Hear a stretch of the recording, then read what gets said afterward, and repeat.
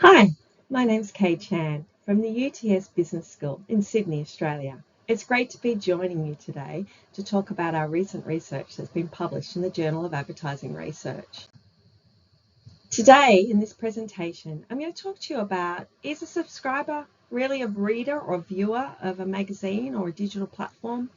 And from this, think about the practical implications for advertising, particularly in a world where we have a lot of granular data available to us. So if we can understand audience behaviour, can we use this to optimise our ad strategies? Whilst I'm presenting this, think about a magazine. It could be the Times Weekly or the Atlantic or any type of magazine or digital platform for that matter that you regularly use or potentially subscribe to. In this presentation, I'm going to talk a little bit about the context of this specific research, but think about your relevant subscriber behaviour or viewing behaviour if that helps you. I'll talk about the data that we've used that's available to many people, the results, and most importantly, the takeaways and the practical implications that we find from this work. So the main emphasis and the main thing from this paper is, why do the subscriber counts, the number of people who subscribe to your digital platform, magazine, why do they overstate real ad delivery? And this is one of the key takeaways that we've seen from this analysis. Now, the core assumptions in media planning is the use of various different media metrics. And the measurement-related challenges of these have been extremely well documented over the years. So the challenges of media metrics haven't really updated with the digital platforms that we have today. But on the other hand, we have this unprecedented volume of data. So we get this passive data that show what our subscribers are actually doing. So we can ask, well, where is our viewer attention? Where is the reader looking? What are they looking at? What content are they viewing? And more. So this is a case study of a granular data analysis. So we look at viewing behaviour of subscribers, where their attention is placed, and we compare it to traditional indirect measures. Now, as I mentioned before, in media planning, we have a problem. We often use proxy metrics. Proxy metrics could include circulation numbers, CPMs, and they're called gross media vehicle metrics. They're not actually who the audience is and what the audience is doing, or the actual exposure. Now, with the advances in digital measurement, we can track who opens an issue of a magazine, views the sections within the magazine, who comes back to that issue or subsequent issues, and we can see what actual exposure is to a magazine. And this observed exposure is really important. It's not just the opportunity to see, it is actual exposure. So we know where our advertising is being effective, and we can use accurate measurement to determine the effectiveness of our campaigns. So we call for a metric recalibration. We call for observed metrics being adopted and expected to be shared within the industry, so we can see actual issue reach, viewing frequency, and we can use this for individual platforms to improve our campaigns. So let's have a look at the data and see what it actually captures. In this particular case study, we use one digital magazine. And we have passive data for 42,000 subscribers. Over 11 issues of the magazine, we see 150,000 sessions. The data is collected passively through server logs, so we don't have to rely on self-reporting, people's memory of what they've actually seen, and surveys that we've traditionally used to measure media. And what we get from this data is detailed viewer behaviour. We can see every session they have, every issue they view, what content they viewed, what section of content they viewed in each session. And then from that, we can measure real engagement at this granular level. And this has practical application for advertisers.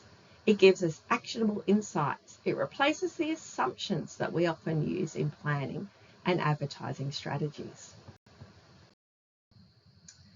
So the three key metrics that we've measured are reach, frequency, and repeat viewing. And we show the realities for this one case study. And what we see is when we look at reach, both reach of the issue and the sections of content within an issue, we see it really varies from issue to issue across the 11 issues that we investigated. The highest issue received 23% reach, and a number of issues received 5%. So we can see from this that circulation and subscriber numbers are likely poor approximations for issue-to-issue reach. We also can see data on each content section reach, and from that we can look at the ads and where the ads are placed and see the actual reach of our ads. Secondly, if we look at viewing frequency of the issues or the sections of content, we can see that 52% of subscribers viewed one issue, with 1% viewing all 11 issues. That means that most people are infrequent viewers of issues and the sections of content within an issue. So therefore, they're infrequent viewers of the ads within an issue. Thirdly, we look at repeat viewing rates of both the issue and the content sections within the issue. We see that approximately 37% repeat view from issue to issue. And the average across the sections of content is of 34%. So for a section content from one issue to the next, if for that particular theme, that particular section, 34% look time versus the next issue. And this actually surprisingly is very similar to studies that we've seen in other media, including television.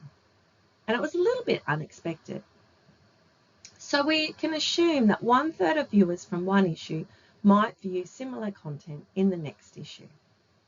Fourthly, we look at does repeat viewing and repeat viewing rates vary with the share of the content sections. And we see that repeat viewing rates don't vary in line with the section share. So the double jeopardy effect, which we'd expect to see repeat viewing rates being higher for higher levels of share, is not observed.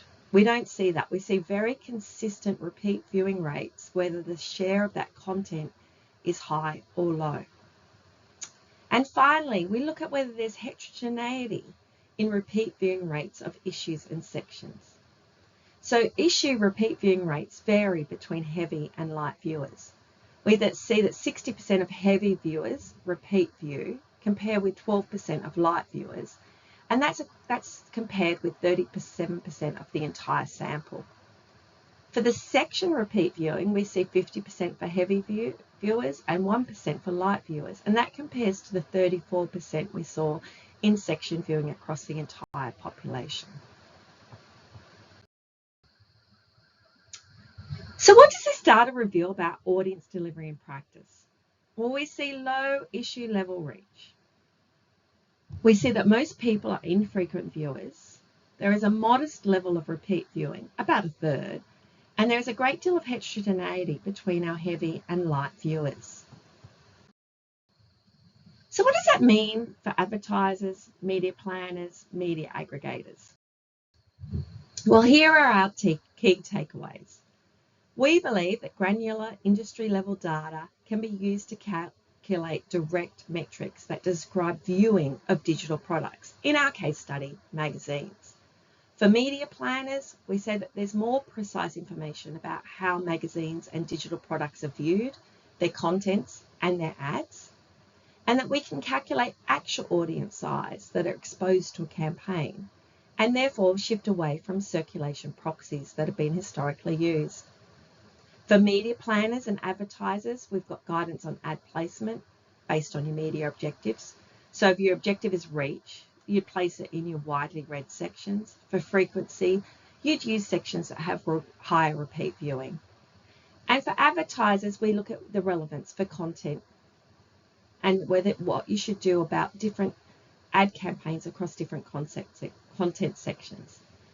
So this is a case study, but you can also use the data that we've generated to look at benchmarks for your own data. So thanks for listening, and we look forward to your questions.